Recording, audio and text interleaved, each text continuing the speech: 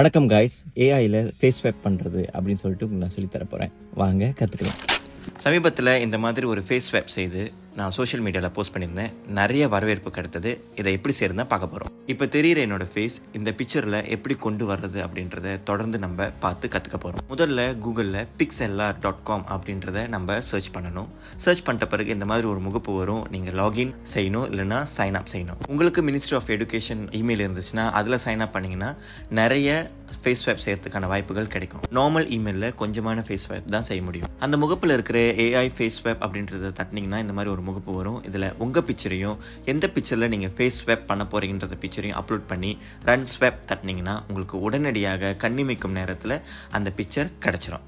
இந்த ஸ்டெப்ஸ் தான் நீங்கள் எல்லா பிக்சரையும் மாற்றுறதுக்கு பயன்படுத்த போகிறீங்க. அங்கே உங்களுக்கு காயின்ஸ் கொடுக்கப்படும். அந்த காயின்ஸ் முடிகிற வரைக்கும் நீங்கள் இந்த ரன் ஸ்வைப் ட்ரை பண்ணலாம். இந்த மாதிரி தான் நார்மலான இமெயிலுக்கு கொஞ்சம் வாய்ப்பு தான் தருவாங்க. அதுவே மினிஸ்ட்ரி ஆஃப் எஜுகேஷனோட இமெயில் பார்த்தீங்கன்னா நிறைய வாய்ப்புகள் கிடைக்கும். ஸோ பிக்சரும் வந்துருச்சு. இந்த பிக்சரை நீங்கள் தட்டி பார்த்தீங்கன்னா உங்களுக்கு ஃபேஸ் ஸ்வைப் செய்த அந்த பிக்சர் தெளிவாக கிடச்சிரும்.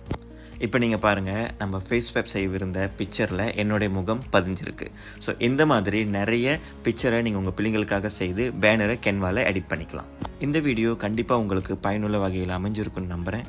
லைக் பண்ணுங்கள், ஷேர் பண்ணுங்கள். நன்றி, வணக்கம்.